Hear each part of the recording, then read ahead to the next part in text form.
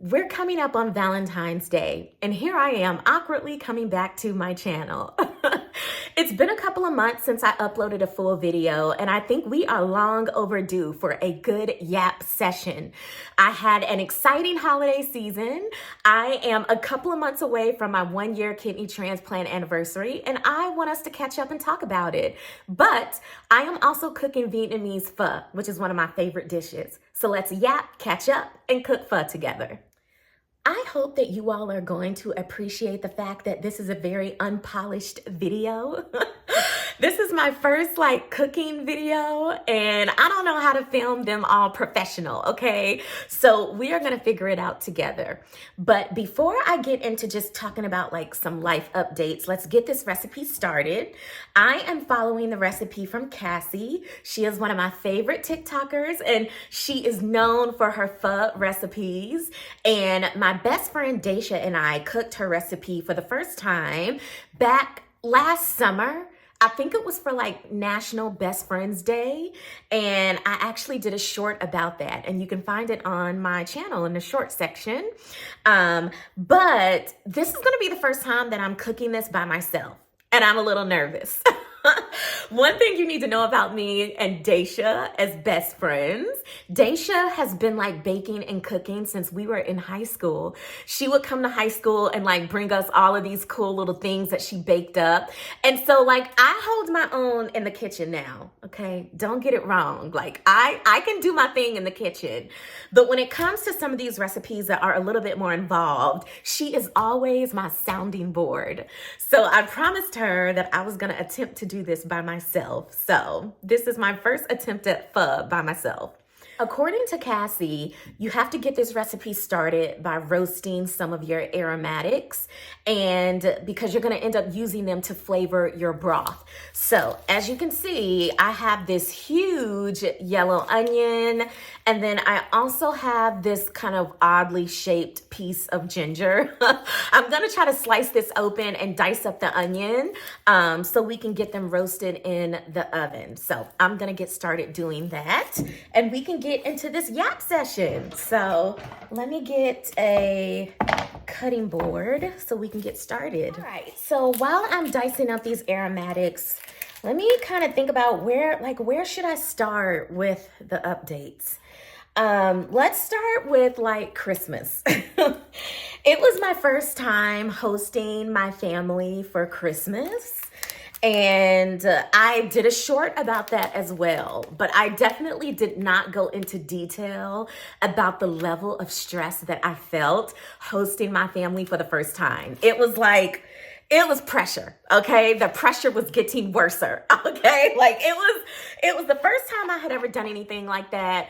Usually we do Christmas, we'll all kind of gather at my grandmother's house, and my aunt, my mom's older sister, will kind of host everybody for a Christmas Eve or a pre-Christmas gathering. But for whatever reason, my mother, being the social butterfly that she is, prematurely announced that I was considering hosting my family for Christmas. I love to decorate for Christmas, and I just wanted to do it, but I had not officially made the decision to do it. And my mom goes over to my grandmother's house and basically announces to everyone that I am trying to host Christmas. So here we are. About a week after that conversation happened, I was full steam ahead, working on Christmas decor, planning the menu, trying to figure out how to organize my home to have so many people in here. It was just a lot. It was stressful. It was a lot, but it was also an amazing experience. So let me kind of talk about some of the decor, because the decor was such a huge deal. This is what my onion is looking like. Just cut it in half. No big deal. Okay, so Christmas decorations. Let's get into it. This is such a long story, so I'm gonna try to keep it concise. But essentially, for the past couple of years since I have lived in my home where I'm at now, I have not done too much decorating. I do have a primary Christmas tree, and then I have like a couple of like tabletop decorations that I put out every year. And that's pretty much all I would do, because I never really hosted anyone for Christmas. I was always living in other cities, and I would end up like flying home to celebrate Christmas with my family. So I didn't really feel a need to have like a fully decorated home because I never really had a need to. But when my mother announced to everyone that I was gonna be hosting, all of a sudden I turned into like a mad woman, like running around Hobby Lobby, Michael's, Target, TJ Maxx, like anywhere I could find, and online, just looking for Christmas decor. All right, onion and ginger ready to go into the broiler. Oh my God, my onion looks so crazy. Like, why is it so gigantic? like, I don't know why I didn't use one of my smaller onions, but here we are. We're rolling with it, okay? I'm gonna put this in the oven and then we'll come back and chat a little bit more. So while the onion and ginger are roasting, I'm going to prepare my pho spices. You have to roast them in a pan for a couple of minutes until they become fragrant. And this is like the brand or the bag that I use. I'm going to roast these in a small pan. And then when the onion and ginger are ready, we will put them in this cute little kind of spice bag, and it will go into the broth and help season the broth as well. So let's do that. This is what it looks like. So as you can see, it has like those huge pieces of cinnamon in there. But according to the package, it also has like star anise, fennel seed, clove, coriander. So all of these are like amazing spices that are gonna make the broth taste like so good. All right, we are by my stove because I need to watch the spices to make sure that they don't burn. But in the meantime, let's kind of talk about where I left off. The way I had previously built my kind of Christmas decor collection was very random, okay? So when I first moved into my home, I had decided like, oh, I want like a rose gold pink tree because I am a girl's girl and I love that. And so I did that. The first year that I was here, I had a rose gold pink tree and I loved it. But after that, I started to think about like my holiday decor collection, like more long term. And I was like, you know, I want to have like base colors that I can work with and I can build on in the future. So I started out with white and gold. And I did that last year. And here's like a quick shot of what my tree looked like last year. And it was really pretty. It was classy. It was very demure, but it was not like giving what I wanted to give. So I have always had a dream of having like a luxury, high-end, professionally decorated type of Christmas tree. And so I decided, since I was hosting Christmas for the first time, this was going to be my chance. I just dropped a spice because I moved it out of the pan. That's okay. Like I said, we are rolling with this video. So I started like doom scrolling social media, looking for inspiration and looking for like a technique on how to build these really luxurious trees. You know, the trees that you see that have like ribbon and a special tree topper and, you know, all these different shapes and sizes of bulbs and ornaments and tree picks and all of that. I love it. It speaks to the maximalist in my mind. I can be very demure and refined, but there are moments where I'm just like, I want it all. And when it comes to Christmas decorations, I definitely like a little bit more. And so my best friend and I, Daisha, were walking through Hobby Lobby and we saw that they had like this kind of blue section of ornaments that it was like giving ice blue. It was kind of like a Carolina blue color, which I also loved because UNC Chapel Hill is my alma mater, okay?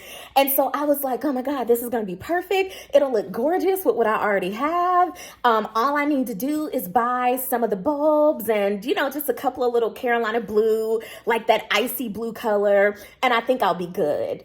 And in the beginning, it was that simple. I was like, yes, all I need are a couple of blue pieces and I can develop this like winter wonderland theme for my Christmas party. And boy, was I wrong. Like, I was wrong, okay? I was willing to admit that I'm wrong. By the time I picked up the bulbs, I wanted icicles and I wanted snow and snowflakes and I wanted white Christmas trees in my foyer and I wanted mini ornaments, that would match everything on my mini trees. And I wanted new decorations to put on the credenza in my foyer that was giving winter wonderland. And then I wanted, pencil trees that were, flocked so that it looked like the trees had been snowed on.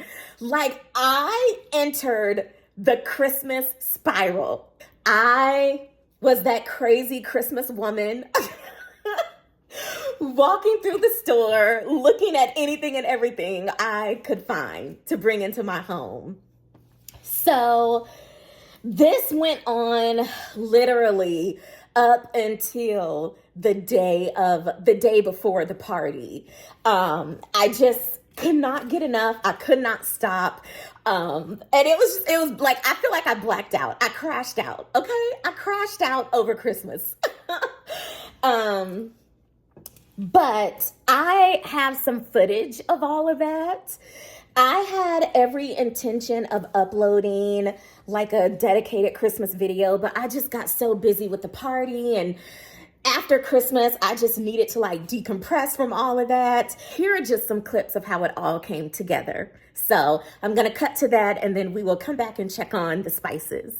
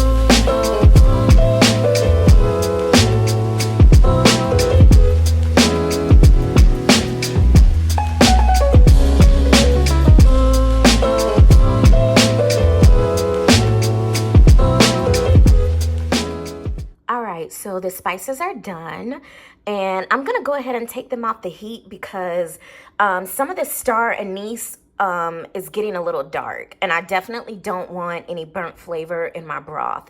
So I'm gonna let these cool off, and then we will get them in the spice bag while we continue to wait for the onion and the ginger.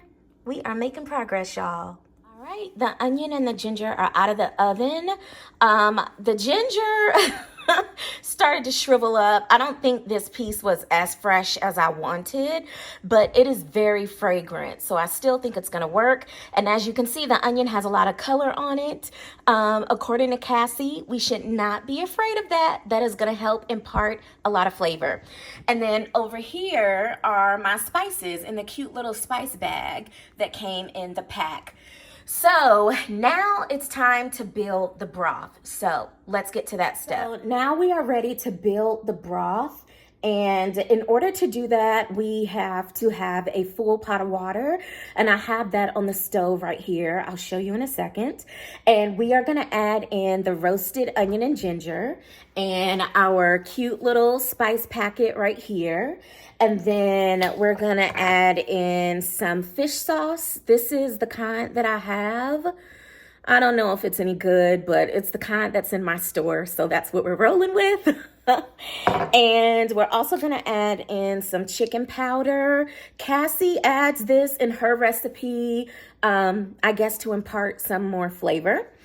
And rock sugar. And I just had a little bit of a disaster with the rock sugar. So let me show you and let me explain. The rock was so hard.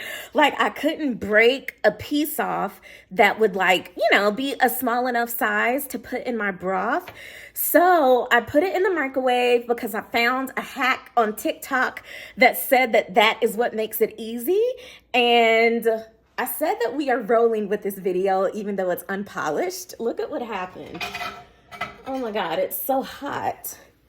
My plate broke in half in the microwave. I don't know what. I have put this plate in the microwave before. At least I think I have. But it is no more. All right, we are getting the broth going. So according to Cassie, once it comes up to a boil, you turn it down because that is the best way to keep your broth a lot more clear. So that's what I'm going to do. So hopefully this will take some time to come up, but I went ahead and put the onion and the ginger in there and a fish sauce. I don't know how much. I'm just going to y'all know I let my ancestors tell me what to do. I think that's enough. Because remember, I'm going to try to freeze some of this. Okay, here are the spices from the spice bag. And then in terms of the chicken powder, I'm just going to do 1 tablespoon. I'm using a little small, half tablespoon one. But yeah, sorry, y'all. I'm trying to do this with one hand, but we're going to kind of mix it all in there. It looks crazy right now, but just give it some time and it's going to come together. And that chicken powder is going to kind of disintegrate at some point. I know it looks crazy, y'all, but it's going to come together. All right, so the broth is simmering, and I am going to move on to preparing the noodles. So the noodles that I have are these dry noodles, as you can see. I know there are a ton of brands, but this is the one that I picked up from my local Asian market, and it is the Three Ladies brand. This is how the noodles look out of the package. As you can see, they're very dry and rolled up. So these are rice noodles. And so according to TikTok, okay, because I didn't know how to cook these, but you boil some plain water and then you soak these in the water for 15 minutes. That's it. And then you rinse them with cold water, and then you can get them ready in your pho bowl, and they'll be ready whenever your broth is ready and you are prepared to eat. All right, so while I'm waiting on the water to boil so I can make the noodles, let's kind of talk about the Christmas party, okay? And I have to say, I talk about my best friend a lot, but she was the MVP of this whole entire situation. I was running around crazy the day of the party, trying to make sure that my home was clean, all the food was coming together. I was making some of the pastas at the last minute. My mom was over here, my dad was over here. We were all just running around trying to figure out where does this go, and where are the carrots gonna go, and where are we gonna put this, where are we gonna put that. And Daisha came over to help me set up, and she also cooked dessert for the party, which was really delicious. She cooked panna cotta and mini cheesecakes, and the cheesecakes were in a plain flavor, lemon and red velvet. And she came and helped me set up. She helped me create the charcuterie board. She helped me get all of the food organized. I cleared off all of my counters in the kitchen and had everything organized. And she helped me do all of that, literally up until people started coming. So we wouldn't have been able to pull it off without her. So she is the real MVP of this situation. And we are just super grateful that she was there to help us out. And eventually, once we got everything set up, she left and the party started. And everything was great. I mean, the food was amazing. We had a huge menu. The menu was probably a bit too big, but my mother would not budge on that. We had everything from like little ham sliders on Hawaiian rolls, meatballs. What else? We had chicken wings. My mom had made some baked beans per the request of my 90-year-old grandmother. Okay.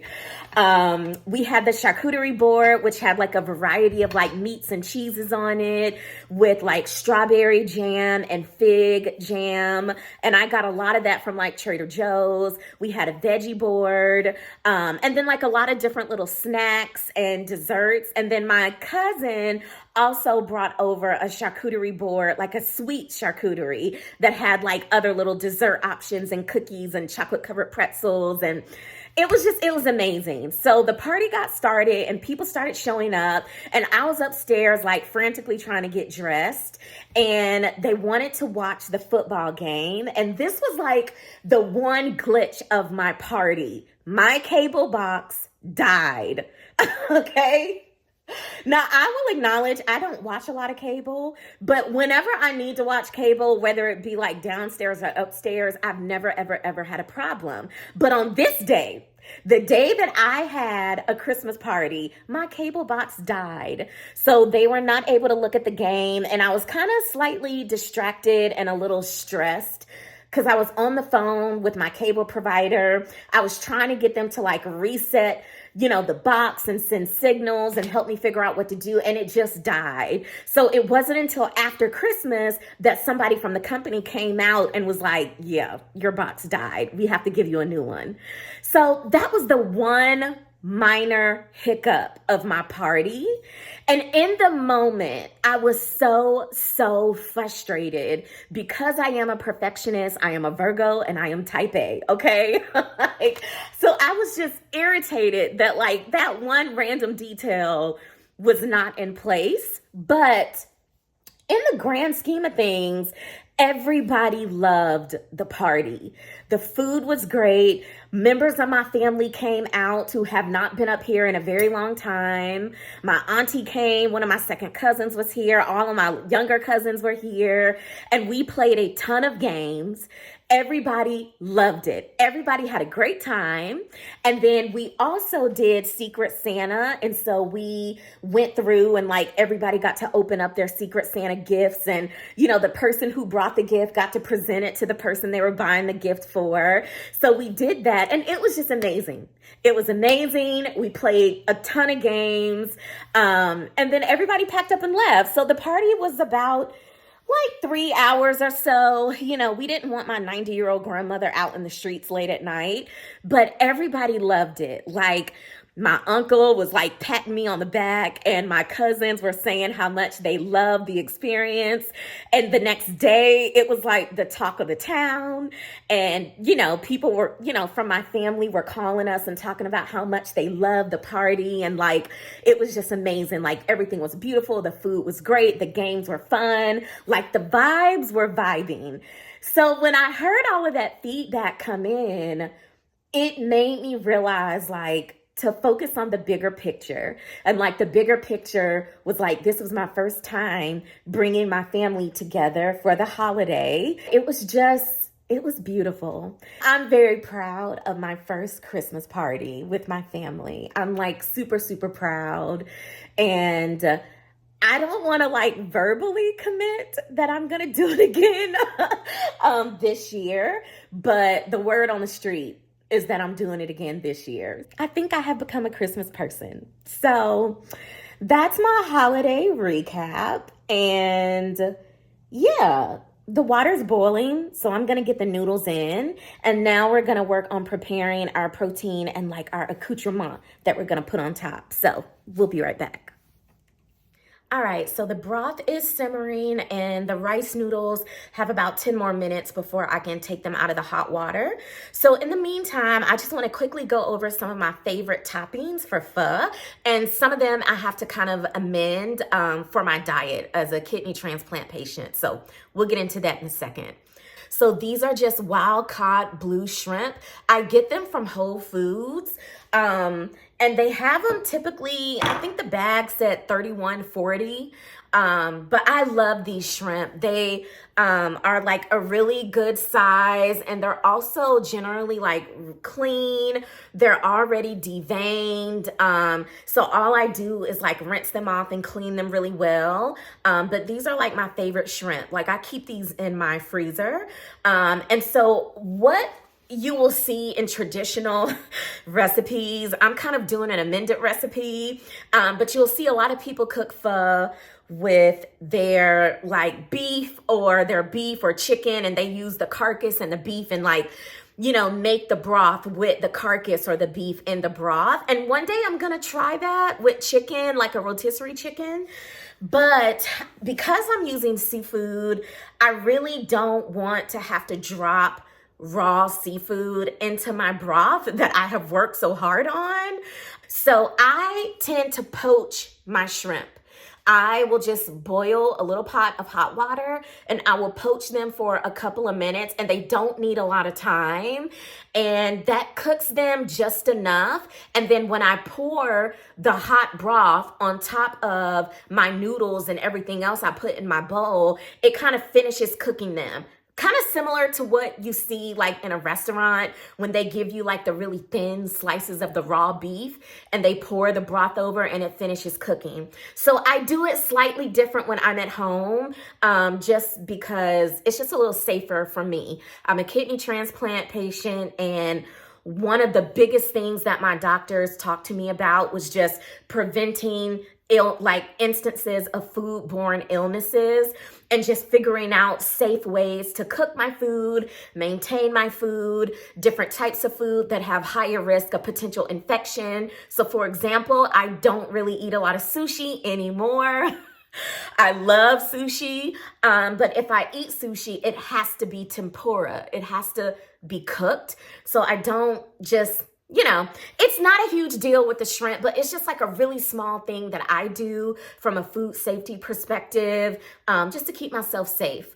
For medical and like health reasons. I know it's not traditional, so please forgive me if anybody ever comes across this and they're like, that's not how you do it. I'm doing it just because I'm a kidney transplant patient, so please understand, okay?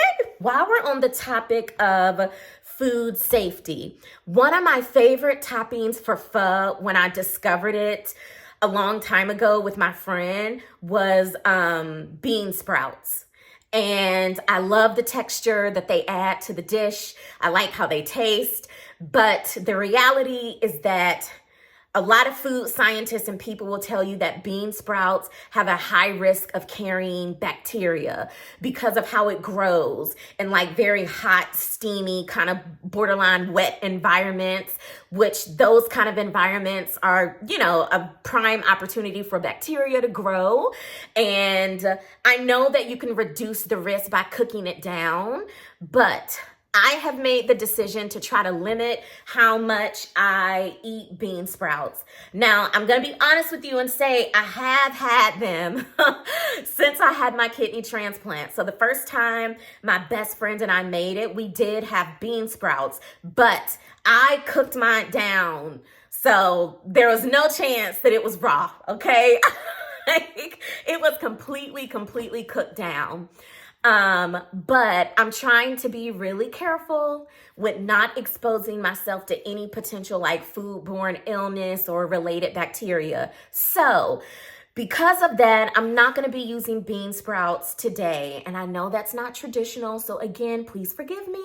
But what I want is for like a replacement to kind of give me the same texture and feeling. So what I'm going to do is like julienne some carrots that I have. And I have this little device here that allows you to like julienne vegetables, and you just kind of run it down the carrot like that. And that gives me a similar texture to the bean sprouts. It's not exactly the same, but like it's giving the vibe. The other toppings that I typically love on pho are green onions. Mine are not looking great at all. I bought a bunch from the store, but they're just looking kind of bad. So we're gonna go ahead and dice these up and use them before they go completely bad. Next up is a fresh jalapeno. I absolutely love adding this to my pho because I love the little kick that it provides. And bok choy. I found some in the store and it's in decent shape. I need to go through and clean it. See, it's pretty big. I wish I would have found some that's a little smaller, but we'll get in some leafy greens with our pho. Bok choy. Yep, I spilled the noodles into the sink, and some of them have already gone down the drain. Oh my God. Well, I told y'all this is my first cooking video, and I'm gonna be honest about the process. So yeah, I'm gonna clean this up and boil another pot of noodles. Please hold.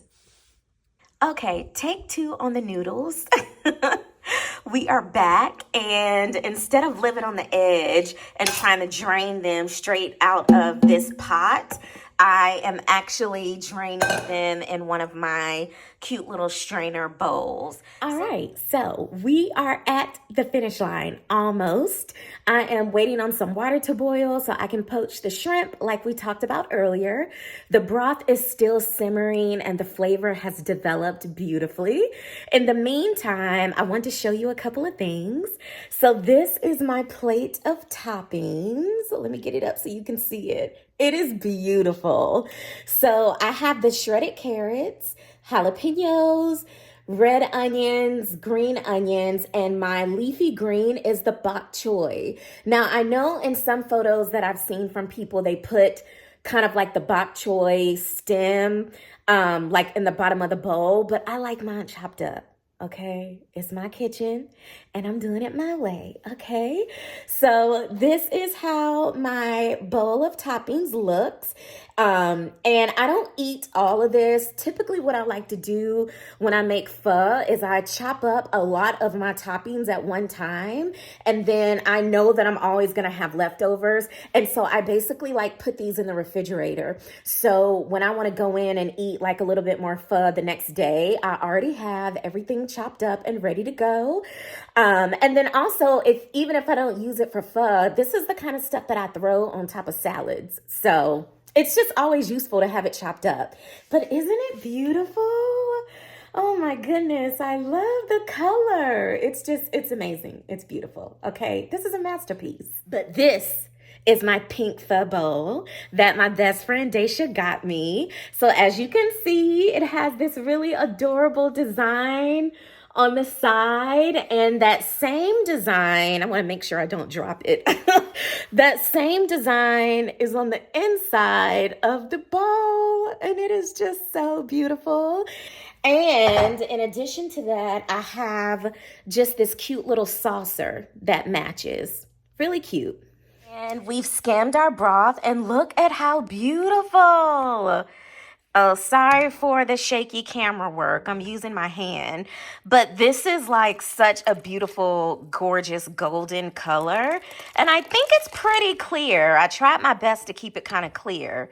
So it is time to pour this over our bowl. Here we go. I usually do about 2 to 3 ladles. Just to make sure like everything is covered really well. Don't want to lose any. That's 2.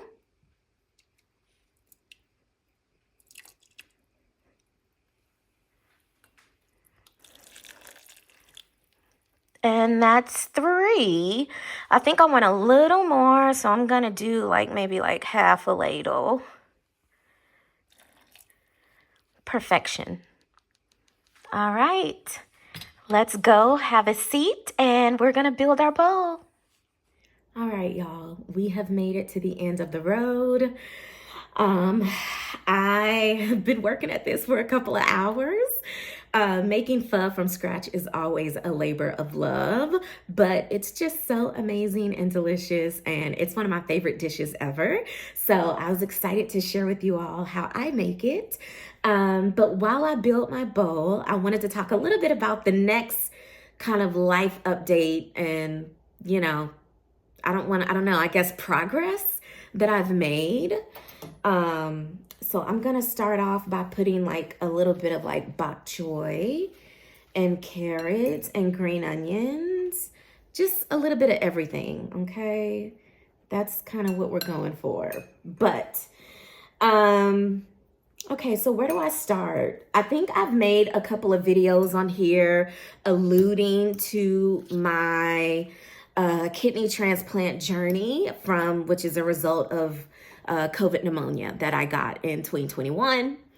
And I went on dialysis for a couple of years. And yeah, I got a kidney transplant in April of 2024. So I am approaching my 1 year anniversary that's going to be coming up in April. And I could not be more ecstatic, excited, grateful, blessed, emotional. You name the emotion and I'm feeling it. I am, at the point where my doctors are preparing to transition me to not have to come meet with them every month, my kidney transplant doctors. And so moving forward, I will only meet with them once a year. And then in between that time, if needed, I will be working with a nephrologist, which is a kidney doctor, if you don't know, as well as just a primary care physician. Obviously, which we are hoping and praying there are no complications, I can always go back to them if anything comes up. Or even if I choose to change my treatment plan, like I take a regime of like medications that help protect the organ. They're my anti-rejection medications. But if I ever want to do something different, I can meet with them and talk with them and come up with a plan. Right now, I think I'm happy with how things are going. My kidney function is great. It's excellent. It's, during one of my last, or not my last checkup, but one of my recent checkups with them, my kidney function is essentially like normal, like very healthy. Everything is going very well, and I am very, very proud. I've been thinking about what my life is going to look like after all of this. This has been a 4-year journey, and it's been a super emotional journey. When a lot of other people were able to walk away from COVID and talk about, I remember watching social media, when I was in the hospital, I had woken up from the coma, and I remember people saying like, we outside, we back outside, and I sat there and I watched all of that online, and I didn't get to participate in any of those celebrations because I was in a hospital. I was in medical facilities. I was meeting with doctors trying to recover from, everything that COVID did to me. So now I am back at a point where I used to tell myself that once I got to this point with the kidney transplant, that I could just like pick up where I left off and like go back to normal. But one of the emotional parts of this journey is that I have slowly learned that I can't just pick up where I left off and go back to how things were, because over the past 4 years, I have become a new woman, okay? Like I've become someone very different. I have dealt with such a really deep and broad array of emotions. And I've grown from having to work through those feelings. And to a certain extent, I am still trying to work through those feelings. And I am realizing that a lot of it collectively has made me a new woman, a different person, someone who has a new perspective on life. So I am starting to think about new goals that I want to set for myself, new intentions that I have for how I want to live my life and how I want to exist in the world. Kidney disease and kidney failure is something that I will never get out of. And I've gotten to a point where I can say that without getting upset. But, kidney transplant is a treatment.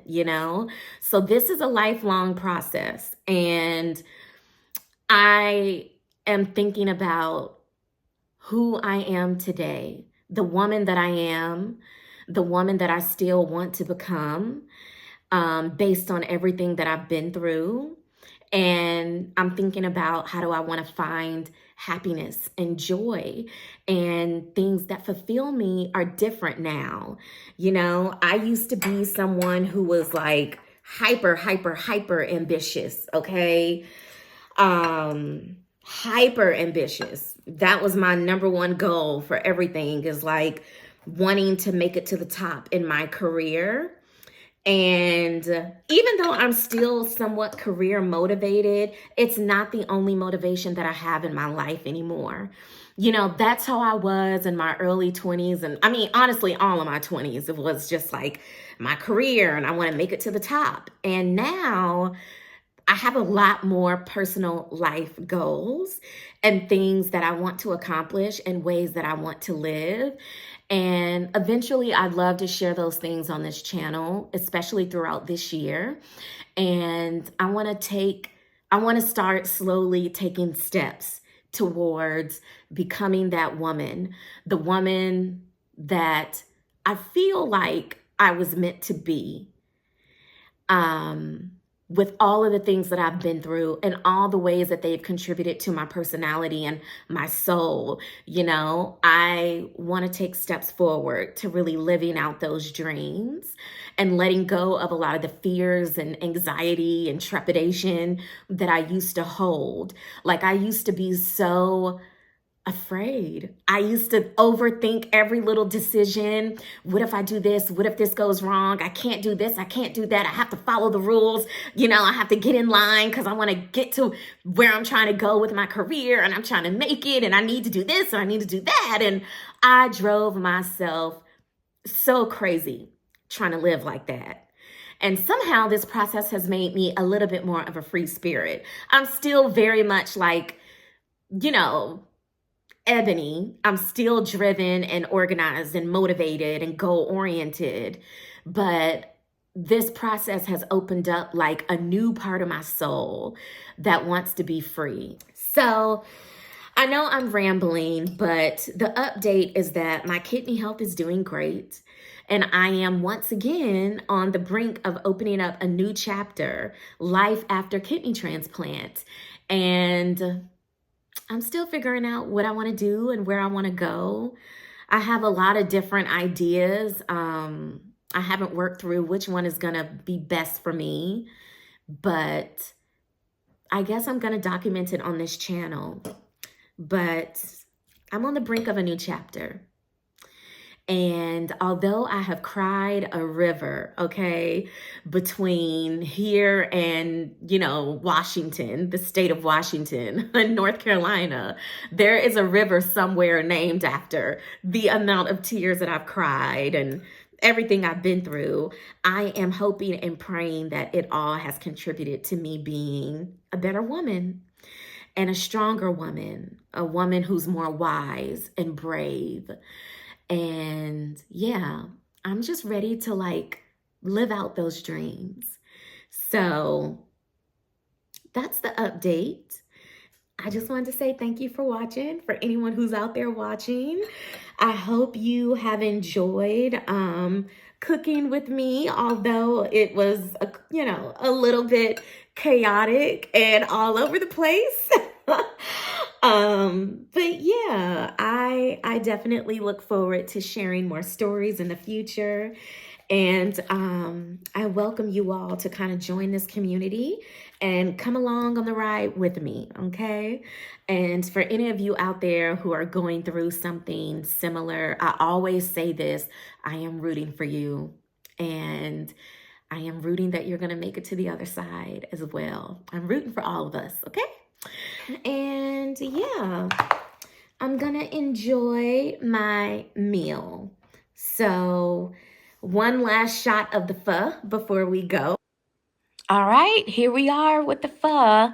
I think I need a little bit more broth, so I'm gonna go over to the pot and get some more. But I've got my bok choy, carrots, green onions, jalapeno, and that beautiful leafy fresh basil. So I'm gonna enjoy. All right, I'm going to sign off here. Thank you so much for watching. Please, if you're interested in following my journey and being a part of this community, please definitely like and subscribe. And I will see you all in the next video, hopefully very soon. Okay, I love you and I'll talk to you later. Bye.